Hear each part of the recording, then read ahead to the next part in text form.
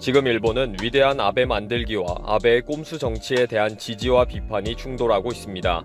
밑바닥이던 아베의 지지도는 폭등했고 이제는 물 건너갔을 것으로 생각한 전쟁하는 자위대의 헌법 개정을 밀어붙이는 꼼수까지 폭로된 상황입니다. 결국은 아베의 꼼수대로 자민당의 영구 집권과 헌법 개정까지 가능하게 된 반전이 성공하고 있습니다. 그러다 보니 일본의 트위터에 아프다던 아베가 한국인 불고기집에 연속 3일 동안 가서 불고기를 잘 먹었다 라는 트윗이 올라왔습니다. 증거와 반박 등 별의별 해프닝이 다 일어나고 있습니다. 갑자기 아베는 꾀병이다, 꾀병의 증거가 나왔다 라는 트윗이 화제가 되고 있습니다. 일본의 유명한 영화평론가 마치야마 토모히로는 자신의 트윗에 아베의 식사 종류를 분석했다면서 지병이 재발하기 전부터 꾸준히 고기와 일식으로 잘 먹고 있었다는 것을 증거로 제시했습니다. 특히 궤양성 대장염이 최종 확인되었다는 8월에는 11일부터 13일까지 연속 3일 동안 불고기를 먹었다는 것입니다. 이렇게 잘 먹고 다니다가 갑자기 사임회견을 했다는 이미지를 한 장 만들었습니다. 이 트윗은 아베는 궤양성 대장염이라고 하면서 불고기를 마구 먹었던 것으로 밝혀졌다. 결국 꾀병이라는 것이 들통났다. 라는 식으로 리트윗되면서 순식간에 네티즌들에 의해 확산되었습니다. 그런데 일부 언론에서 확인해본 결과 이 트윗은 사실이 아닌 것으로 밝혀졌습니다. 6월경에 지병이 재발된 것으로 의심되기 시작했는데 6월과 7월에는 그 트윗의 지적대로 6월 19일, 20일, 22일, 24일에는 호텔과 일식 요리점에서 아주 거하게 회식을 한 것으로 확인이 되었습니다. 그리고 7월에도 그 트윗이 지적한 대로 21일, 22일, 30일에 프랑스 요리점과 긴자 스테이크점, 일식 요리점에서 또 회식을 즐겼습니다. 그런데 문제는 8월에 올라온 것은 6년 전의 사실이고 지난 8월에는 사저에 있었다는 것입니다. 그래서 갑자기 호출된 것이 2014년 8월 29일자 보도입니다. 이때 나온 기사의 제목이 아베는 여름방학 때 고기 삼매경에 빠져서 3일 연속으로 고기이다. 궤양성 대장염이 다 나은 것인가? 라는 것입니다. 이 기사에서는 놀라운 표현이 나오는데 지병이 있다고 하면서 아베는 고기를 너무 좋아한다. 또 그러다가 대장염이 재발하면 또 퇴진하겠다고 하려는가? 라고 비판하고 있습니다. 지금 결과적으로 보면 딱 예언대로 이루어진 것입니다. 그러면서 이 기사의 결론에서는 지난 2007년 대장염이 악화된 원인으로 정권 운영으로 쌓인 스트레스를 지목했습니다. 이제 고기를 즐겨 먹는 것을 보니 이제는 스트레스가 없는 것 같다 라는 표현으로 맺었습니다.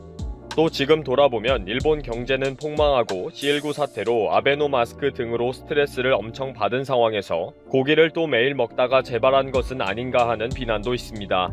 스트레스를 받으면 생각을 좀 하고 먹어야 한다는 거죠. 이때 아베가 연 3일 동안 방문했던 가게는 야마구치현의 시모노세기시에 있는 제일 한국인이 운영하는 전통 불고기집 아리랑입니다. 제일교포 1세가 72년을 영업하다가 지난 2019년에 폐업을 한 곳입니다.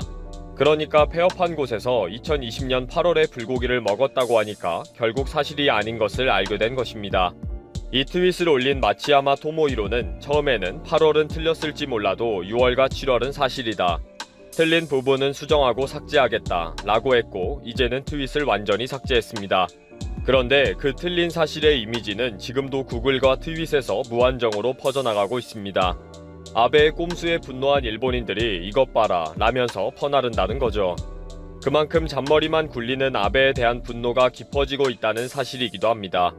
분명히 일본 경제를 폭망시키고 온갖 부정부패 스캔들을 일으킨 범죄자인데 중도 사퇴쇼로 모든 것을 다 뒤집고 정말 자민당의 영구 집권과 헌법 개정까지 가능하게 되었으니 화가 날 만도 하죠.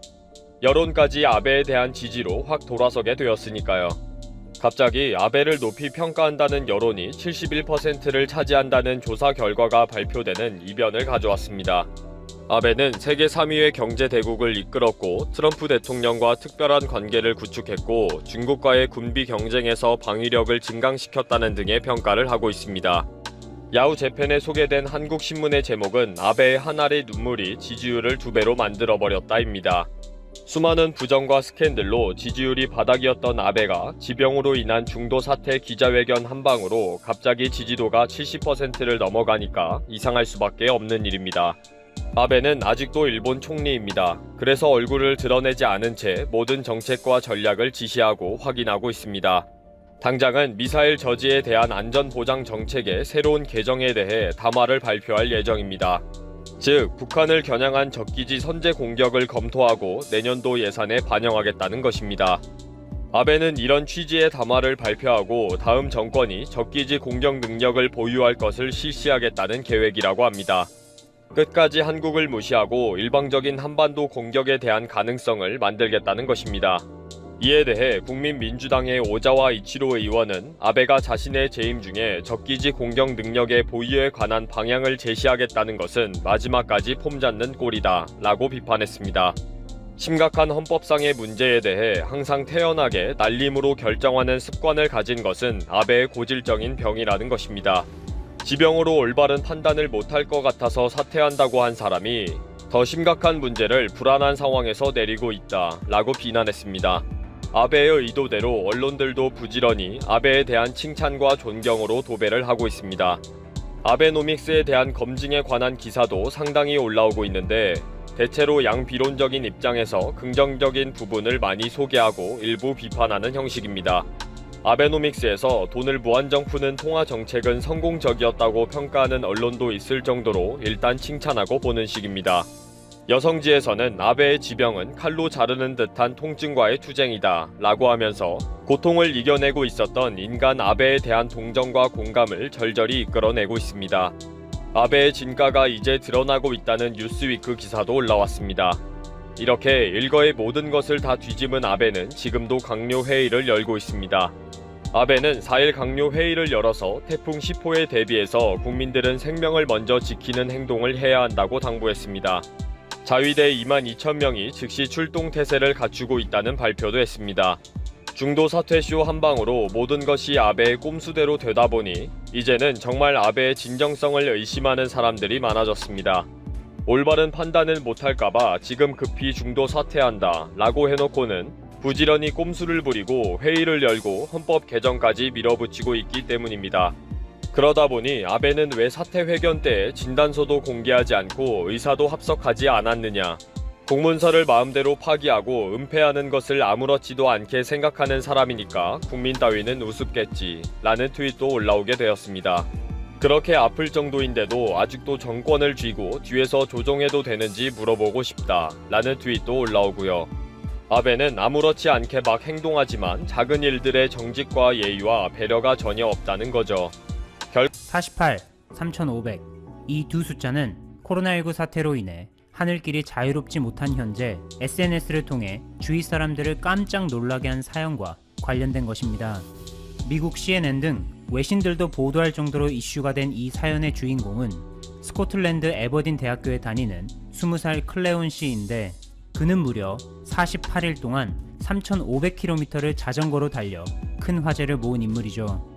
사실 클레온 씨는 영국에서 유학 생활을 하던 외국인으로 지난 3월 코로나19 사태가 유럽 전역을 강타했던 시기에 예매해뒀던 항공권이 전부 취소되어 집으로 돌아가지 못하는 상황에 처하게 됐습니다. 설상가상으로 대학 생활을 하는 동안 지내던 자취방의 계약 기간도 거의 끝나 조만간 짐을 싸야 하는 상황에 놓이자 클레온 씨는 결국 최후의 방법을 택했는데 그것이 바로 자전거로 집에 가는 것이었죠. 불행 중 다행인 것은 작년에 자전거 경기에 참여한 경험이 있어 이를 바탕으로 장거리 자전거 여행에 반드시 필요한 물품들을 꼼꼼하게 챙길 수 있었고 이렇게 해서 3,500km의 긴 여정이 시작됐습니다. 스코틀랜드에서 출발해 잉글랜드, 네덜란드, 독일, 오스트리아, 이탈리아 등 많은 유럽 국가 국경을 넘어 출발한 지 48일이 지난 지난달 27일 드디어 자신의 고국으로 무사히 돌아올 수 있었습니다. 클레온 씨는 미국 CNN과의 인터뷰를 통해 물론 힘든 여정이었지만 여행하는 동안 인간적으로 성장할 수 있어 매우 감동적인 순간이다 라는 짧지만 많은 추억이 담긴 묵직한 답변을 던졌는데 그가 자전거로 48일간 3,500km를 달려 힘들게 돌아온 고국은 바로 그리스였습니다.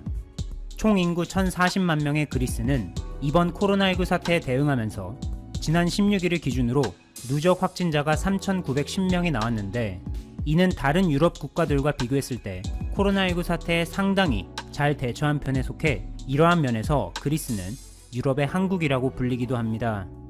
하지만 최근에는 그리스가 코로나19 사태 대응 면에서뿐만 아니라 한국 문화에도 흠뻑 빠지면서 진정한 유럽의 한국이 돼가는 듯한 면모를 보여주고 있는데, 그 예로 한국에서 2016년에 방영했던 지창욱, 임윤아, 조성아, 송윤아 주연의 TVN 드라마 더 K2가 CJ ENM의 글로벌 콘텐츠 배급사인 에코라이트를 통해 그리스의 방영권이 판매되어 지난 6월 초 첫 방송을 시작했죠.